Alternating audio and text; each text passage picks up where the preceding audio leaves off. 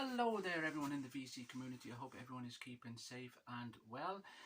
Today I'm going to do a video of my favourite solo artists that were once members of a band. So there's so many out there, so many great solo singers that were members of bands. For instance, you could go with John Lennon from the Beatles, of course, Paul McCartney, any of the Beatles as such, Rick Wakeman from Yes, so many bands out there, even Phil Collins from Genesis. But so I've decided to do this, and I'm going to do my top 10 favourites. More kind of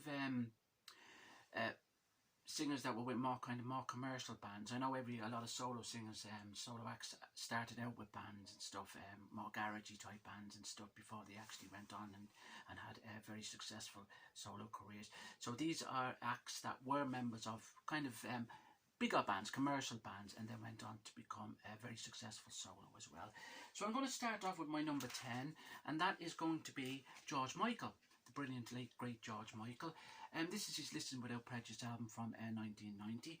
Always been a fan of George Michael, never a fan now of Wham. They were too kind of boyish, too poppy for me in the 80s band. But I've always been very fond of George Michael's solo career. This was his second solo album, from 1990, as I said, Listen Without Prejudice. His first solo album, I should say, was Fate, of course, from 87. And then after this came his older album, which is another great album, and then came another album called Patience, which is not so great. But this is an absolute masterpiece, I feel. It opens up with the brilliant Praying for Time, and it has the fantastic Freedom 90 on it as well. All the songs are good on this. The brilliant ballad Cowboys and Angels, and also Heal the Pain. So he is one of my favourite solo acts. I just think he's a great songwriter. I think his lyrics are absolutely superb. Always been very fond of his music. He kind of has a kind of a relaxing feel towards his music. He's very easy listening to, I find. But I like his ballads mainly. I think he writes absolutely beautiful ballads. So, had written beautiful ballads, I should say. So that is the brilliant George Michael at my number 10. Okay. At my number 9, I am putting Gavin Friday. Gavin Friday is a singer from Dublin. He was originally a member of a punk band, the Virgin Prunes. They were never hugely commercial, never huge, but they were successful. They were very punk, under kind of the Pistols influence, so forth, in the kind of early 80s, late 70s. They were around the kind of same time as U2 started. They were kind of they came from the same area and that, but U2 of course went on to become one of the biggest acts ever in the world. But Gavin Friday was around earlier in the late 70s with his band too. But they split up in the early 80s, and he went solo and went totally in a new direction altogether. His songwriting is absolutely, again, superb as well. He writes with great passion. He writes a lot of scores and things for movies now. But this is Catholic. This is his most recent album from about 2 or 3 years ago. Now, he's never had that many solo albums. His first solo album was 89, which was Each Man Kills the Thing He Loves, followed by Adam and Eve. Then came Shag Tobacco, which is probably his best work, his best album. And then this album. This is a fantastic album as well. It has songs Able on it. Blame is another great song. Where'd You Go Gone, It's All Ahead of You. So a fantastic album by a fantastic singer. A very, very talented Gavin Friday, number 9. My number 8 I'm given to the brilliant Ian Brown, of course, from Stone Roses fame. What can you say about this album? This is his most recent release from 2019. But it's a real back to form album, this. Stone Roses, of course, which we formed there a few years ago. Were brilliant, and then he came back after they split again with this album, and absolutely mind-blowing, this album. It's a really, really back to form. It has that real Stone Roses feel to it. Can't fault any song on this album, from the opening Air Force World Problems right to Break Down the Walls, Warm Up Jam. Just an absolutely brilliant album by a fantastic act. I think Ian Brown is absolutely one of the most important and most influential acts out there, I have to say. So Ian Brown, this fantastic album, Ripples. His other albums, now he's got 4 or 5 other solo albums, are quite good as well, but this is a real standout album. I have to give this heads up for this one. So that's Ripples, Ian Brown. And that is my number 8. My number 7 I'm giving to, kind of a bit of a cheat here. This is Iggy Pop. Of course, Iggy Pop and the Stooges. It was still a band that he started out with. But Iggy solo, love his Stooges stuff as well, just as good as his solo stuff. This is his 86 album, Blah Blah Blah, which was produced by David Bowie, David Richards. Very fond of this album. This album was kind of on the commercial side, you may say, because it spanned the hit Real Wild Child Wild One, which is a fantastic song, which was I think it was a top 10 hit for Iggy Pop. But yeah, I just very, very fond of this album. Now, a lot of Iggy Pop fans would say that it's very kind of 80s feel. It has that 80s production feel to it. It does, yes, but it works. I've always been very fond of this album. Maybe it's because David Bowie is such an influence on it. But yeah, I just think it has some fantastic songs like Shades, which is probably one of my favourite songs on the album. Isolation, which was another single from the album. Isolation, very appropriate for these times, of course. Cry for Love was another single to be released. The song Blah Blah Blah, I think, is well ahead of its time. It's just an absolutely fantastic song. Winners and Losers closes the album, which is absolutely brilliant. And Baby You Can't Fall. Every song on this album I like. Just one of those albums I've been very kind of attracted to, very fond of. So that's Iggy Pop's Blah Blah Blah from 1986. But all Iggy solo albums, even the albums you were prior with David Bowie, Lustful Life, The Idiot, of course, and even albums like Raw Power earlier on in his career, they're all fantastic. And the albums that came later after this too are absolutely fantastic. Albums like Brick by Brick, Raw, they're Cold Metal, they're just absolutely fantastic albums. And even his latest release, Free, which is a fantastic album as well. So you can't fault Iggy Pop, so he has to be one of my favourite solo acts of all time. So that's Iggy there, and he is my number 7.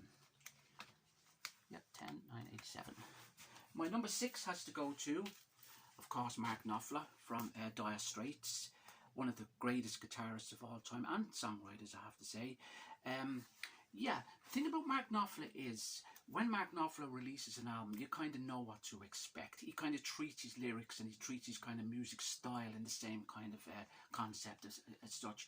He treats his lyrics like, he talks kind of more depression and people struggling with bills and things like that. I'm not saying at all he's morbid in any sense. He's not. He has some fantastic kind of humorous songs as well, Mark Knopfler.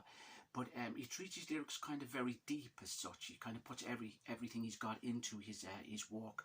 But his albums are very safe, I have to say. Now, this album, Tracker, is one of my favourite albums by him. This is released before. He's had another release since this. Is one of my favourites. But I remember when this came out, they kind of said it got kind of very, very mixed reviews, this album. But I absolutely love this album. Silver Eagle closed the album, which is brilliant. Basil is on this album. River Towns, Skydiver, Mighty Man. It's just it's a very kind of mellow album. A lot of Mark Knopfler stuff is very mellow. Went to see him last year in the Tree Arena. I thought he was absolutely outstanding as well. And he did perform a lot of songs from this particular album. But yeah, now if you're expecting kind of to pick up a Mark Knopfler album and get that kind of Dire Straits making movies love over gold feel, you'd be very kind of disappointed, because he's moved away from that. Now you do get kind of emphasis towards Dire Straits within his albums as well, but he's totally in a different style. But he's very easy to listen to, and I always enjoy listening to Mark Knopfler, and his guitar sounds, it's just absolutely mind-blowing. So Mark Knopfler definitely in there at my number 6 from the Dire Straits. Next up, of course, number 5, I'm giving to Morrissey of Smith's fame, of course. Oh, I love Morrissey. What can you say about Morrissey? I know he can go off the rails a bit, so forth, but his music is absolutely outstanding, and he's still bringing out just absolutely phenomenal music, and his voice is as phenomenal as ever, you have to say. This is his album, the deluxe edition of Low in High School, that was released about 2 or 3 years ago. He's had a couple of albums since, of course. But there's some great songs on this album, of course, as well. Home is a Question Mark is one of my favourites. I Wish You Lonely, In Your Lap, My Love, I'd Do Anything For You. This has bonus songs too, the kind of the B-sides from the singles that were released around the time, and the single that was released also back on the Chain Gang, the Pretenders cover. But this is a fantastic, I'm very fond of this album. Very fond of his last album as well, and his covers album, I don't mind that as well. That was released just shortly after this one. But my favourite album by Morrissey is probably You Are The Quarry, followed by Ringleader of the Tormentors, which is another fantastic album which came shortly after You Are The Quarry. But he's albums like Your Arsenal and Vauxhall and I. They're all fantastic albums. Probably his weakest album for me would be Southpaw Grammar, although I do like the Boy Racer and Dagenham Day from that particular album. But Morrissey can do no wrong. But also from the Smiths as well, Johnny Marr, who's absolutely, what can you say too? He is another phenomenal act as well. Great songwriter, great producer as well. Yeah, so Morrissey I'm giving to my number 5. Now, number 4. What can you say? What can you say? Noel Gallagher, of course, from Oasis. High Flying Birds. I know it's Noel Gallagher's High Flying Birds, but I find it very hard to separate the Gallagher brothers, I have to say. But I just think both of them are absolutely geniuses in their own right. This is a fantastic album. This is his latest release, of course. Has a Fort Knox Holy Mountain on it, and The Man Who Built the Moon.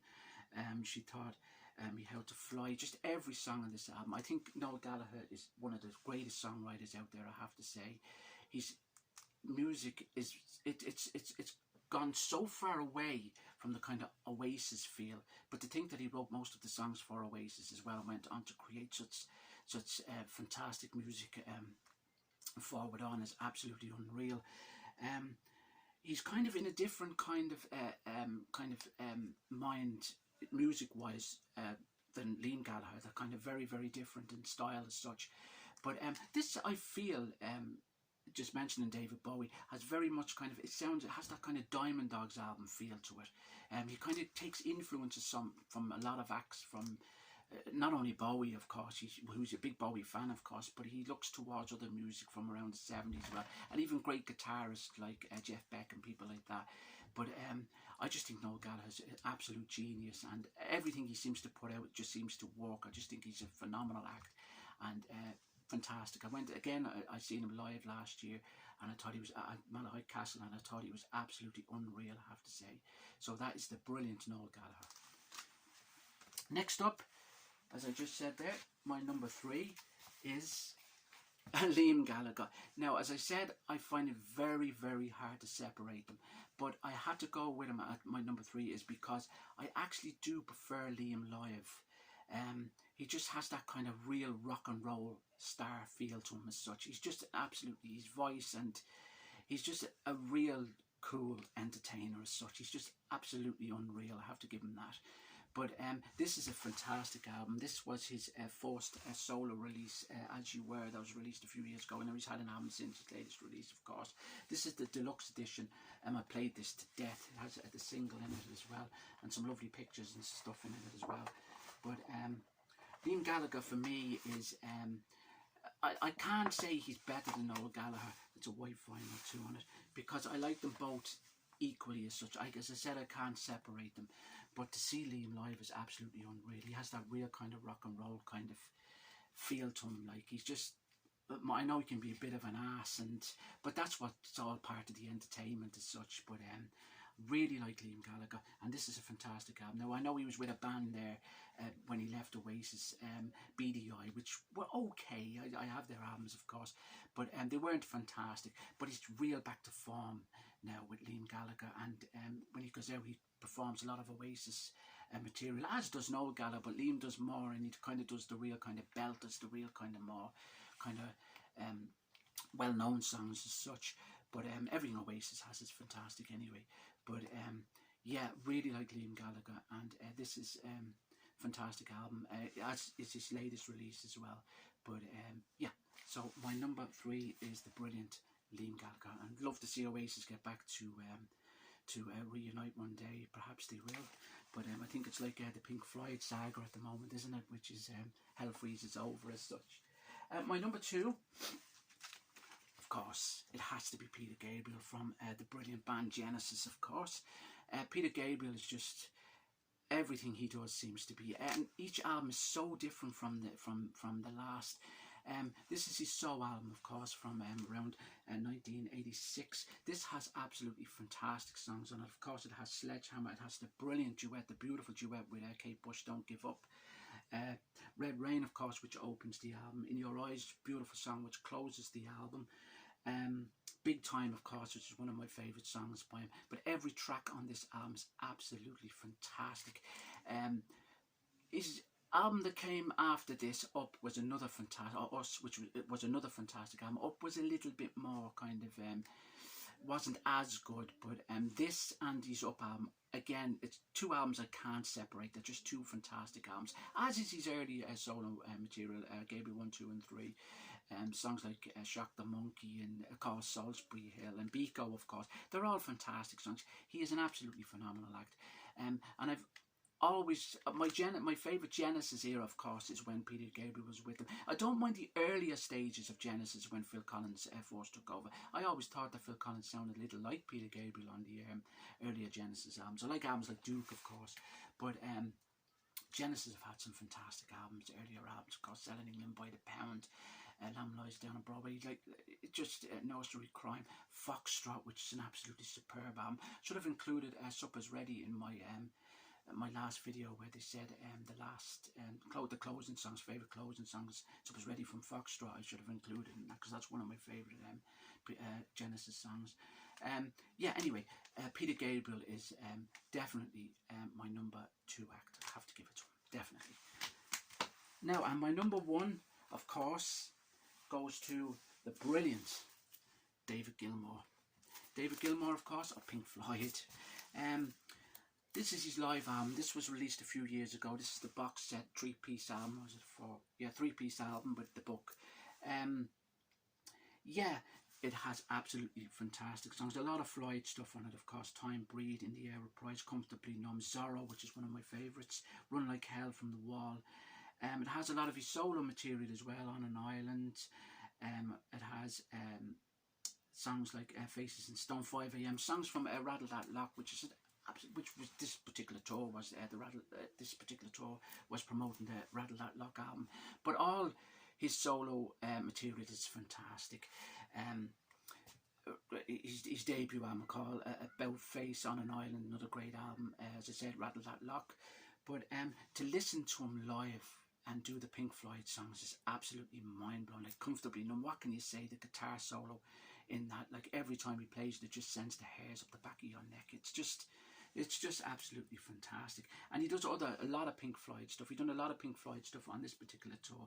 A Great Gig in the Sky, he done Wish You Were Here, Money, High Hopes from the Division Bell, which is another one of my favourites. But David Gilmour is just one of the greatest. He is my favourite guitarist, but he's just one of the greatest acts out there. Now, I will say, Roger Waters, of course, he's another. I've no disrespect for Roger Waters. I know there's a feud going on at the moment between them. Rod Waters saying that Gilmour primarily thinks he owns Pink Floyd because he left the band in the mid-80s. But there's always been feuds going on between them. They're like the Gallagher brothers.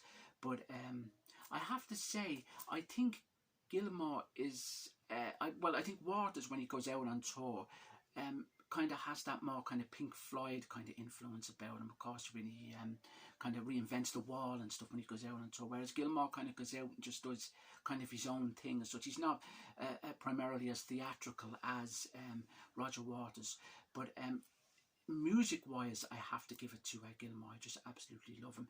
As far as the feud is going on, there's so many comments rolling around at the moment about it, but some are taking the side of Gilmour, some are taking the side of Waters. You know, for me, like it's a feud that's always going to go on, regardless. But yeah, it's hard to say, it's hard to make out what to make of it, to be honest with you. But I'll always kind of side with Gilmour because I do prefer Gilmour's music, to be honest with you. Yeah, I'm not disrespecting. There's a lot of Pink Floyd fans out there who would side with Waters, and I have most respect for Waters as well. But it's just my opinion, music-wise, I do prefer David Gilmour. So he is my number 1. So yeah, so if you have if you could do one yourself, if you could maybe show me, I'd love to see if you could show me your favourite solo acts that were once members of bands, that'd be great. And also if I could hear your opinions perhaps on the feud between Gilmour and Roger Waters, that'd be great as well. So yeah, so maybe something to get the mind going as such. So yeah, so thanks for watching, and I'll be back with another video soon. And once again, take care of yourselves and stay safe. Bye-bye.